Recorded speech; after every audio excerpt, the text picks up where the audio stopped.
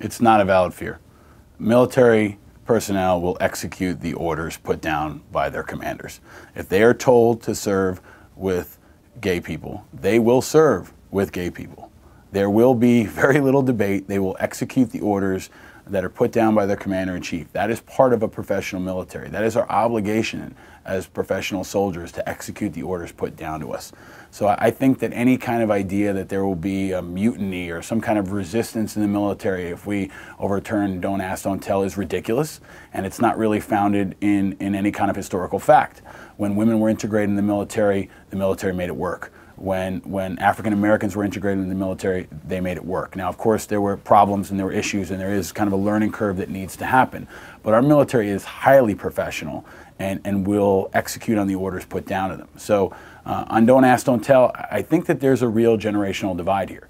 People of our generation are not afraid of gay people. These ideas that, you need to worry about what's going to happen in the shower, or, if you're in a foxhole, I think are really ridiculous. I mean, if you come from a younger generation, if you've operated in the modern military, you've been around gay people, you've grown up around gay people have been a part of our media and a part of our consciousness, really, from our childhood. So it's not this boogeyman like it is to some of the older generations. And I think from a legislative standpoint, it's important to recognize that this is happening.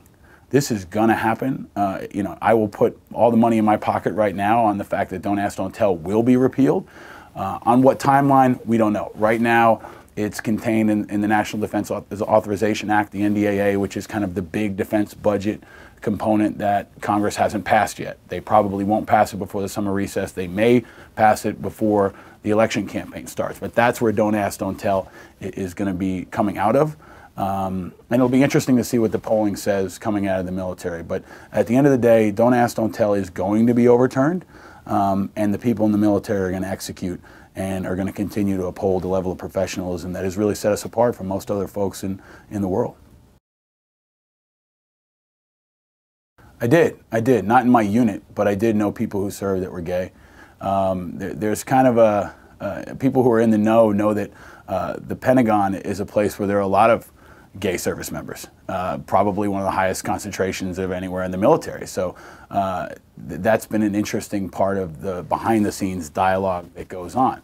There are folks like Admiral Mullen who've been very outspoken in saying that gay people have been critical in their survivability. And I think it was a very important moment when Admiral Mullen stepped out in front and said his personal feelings on Don't Ask, Don't Tell, and he felt it should be overturned. And Secretary Gates backed that up. People like Colin Powell have evolved in their position.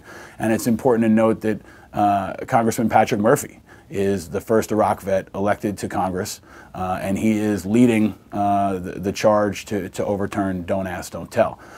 So I think it's going to be an interesting fight. But for those of us who are tracking on this inside the Pentagon, who follow defense policy, there's not much of a fight. This is going to happen. And now it's a question of how do we properly implement it? How do we educate and prepare the community? And that's what we're doing at IAVA right now, is educating our members about the debate, assessing where they are, and giving them a voice in the dialogue, because that's an important point to note. Our organization has not been invited by the White House or anyone else in Washington, with the exception of the Pentagon, to come in and talk about this. Unfortunately, there has been a component of the debate that's been left only to the activists in gay rights groups. And they have an important role to play, no doubt. But the military and veterans community has really not been included in this dialogue to the extent that they should be.